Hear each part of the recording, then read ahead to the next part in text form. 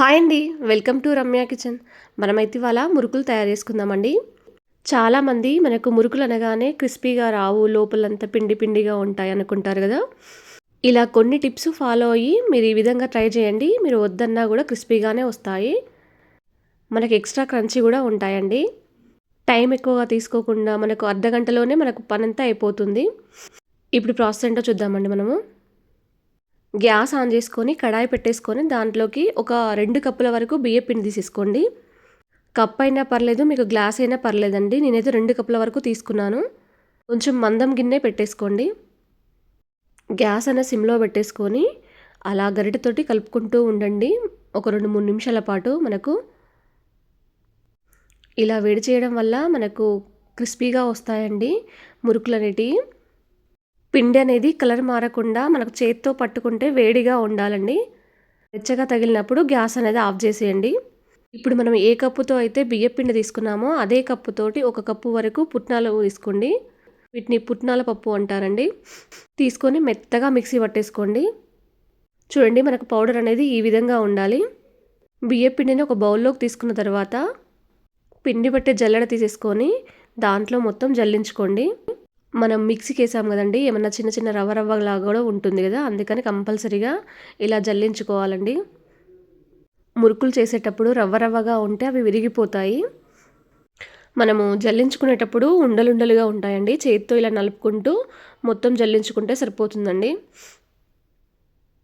ఇలా మొత్తం జల్లించుకోండి. ఏమైనా ఎక్స్ట్రా ఉంటే చేత్తో నలిపేసి మిగిలిన రవ్వను బయట తీసేయండి. కొంచెం రవ్వగా ఉంటే మళ్ళీ మిక్సీలో వేసేసుకోండి. నాకు కొద్దిగానే వచ్చేసింది, అందుకని నేను తీసేస్తున్నానండి దీన్ని మొత్తము. జల్లెడ పట్టిన తర్వాత మనకు చుట్టూ అంచులకు పడి ఉంటుంది కదా బౌల్లోకి, దాన్ని మొత్తం చేత్తోనే లోపలికి అనేసుకోండి. ఇప్పుడు ఈ పిండిలో ఒక 1 టేబుల్ స్పూన్ వరకు కారం వేసేసుకోండి. అలాగే ఒక 1 టేబుల్ స్పూన్ వరకు నల్ల నువ్వులండి. మీరు కావాలంటే తెల్ల నువ్వులు కూడా తీసేసుకోవచ్చు. నేనైతే ఆనియన్ సీడ్స్ తీసుకోవట్లేదండి, ఓన్లీ నల్ల నువ్వులు మాత్రమే తీసుకుంటున్నాను. అలాగే ఒక 1/2 టీ స్పూన్ వరకు వాము అండి, చేత్తో నలిపి ఇందులో వేసేసుకోండి.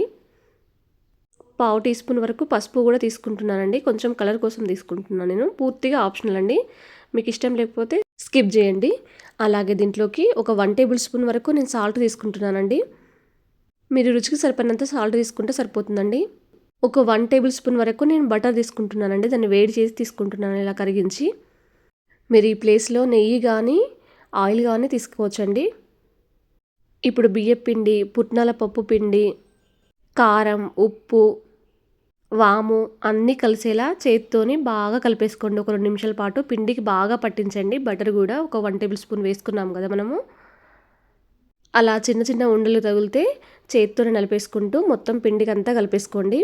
ఇలా కలిపేసుకున్న తర్వాత గ్యాస్ ఆన్ చేసుకొని చిన్న కడాయి పెట్టేసుకోండి. మళ్ళీ అదే కడాయి, మనం 2 కప్పుల బియ్యం పిండి తీసుకున్నాం కదా, అదే 2 కప్పులు నీళ్ళు తీసేసుకొని వాటర్ అనేది హీట్ చేసుకోండి. ఇలా వాటర్ హీట్ చేసుకోవడం వల్ల మనకు పొంగుతూ వస్తాయండి మురుకులు అనేది. ఈ విధంగా పొంగొచ్చిన తర్వాత వాటర్ని ఇందులో కలిపేసేయండి మొత్తము. మనకు కరెక్ట్గా సరిపోతాయండి. 2 కప్పుల బియ్యం పిండికి మనకు 2 కప్పుల నీళ్ళు కరెక్ట్గా సరిపోతాయి. మనం 1 కప్పు వరకు పుట్నాల పప్పు పిండి పోసాం కదా, ఆ క్వాంటిటీ ఏం అవసరం లేదండి. నీళ్ళు వేడిగా ఉన్నప్పుడు అలా కాలుతూ ఉంటే స్పూన్తో కలిపేసుకొని ఆ తర్వాత గోరువెచ్చ అయిన తర్వాత చేత్తో కలిపేసుకోండి మొత్తము.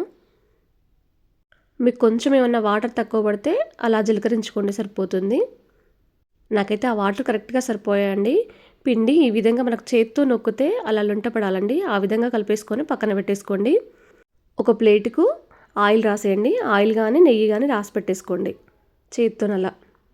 ఇప్పుడు జంతికల గొట్టంలోకి మన స్టార్ గుర్తుంది కదండి, అది తీసేసుకొని జంతికల గొట్టానికి కూడా ఆయిల్ అనేది అప్లై చేసి దాంట్లో వేసేయండి.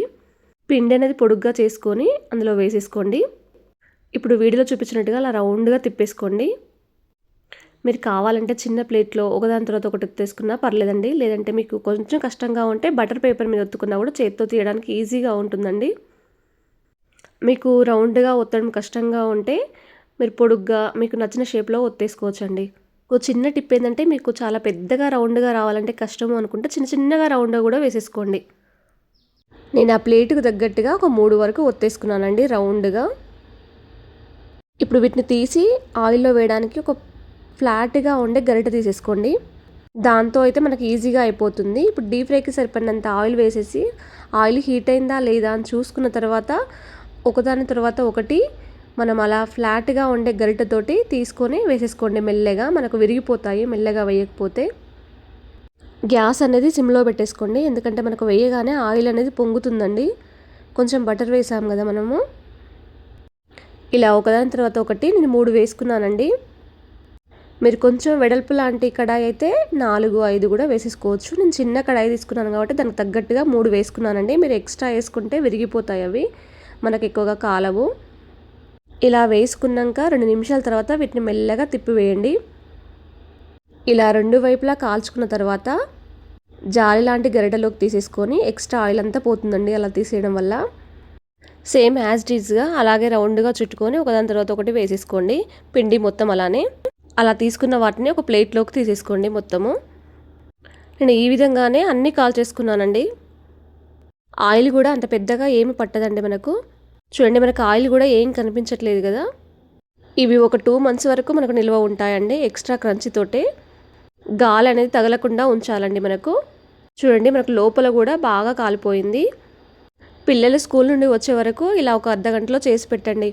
మీరు ట్రై చేస్తే ఎలా వచ్చిందో నాతో షేర్ చేసుకోవడం మాత్రం మర్చిపోకండి.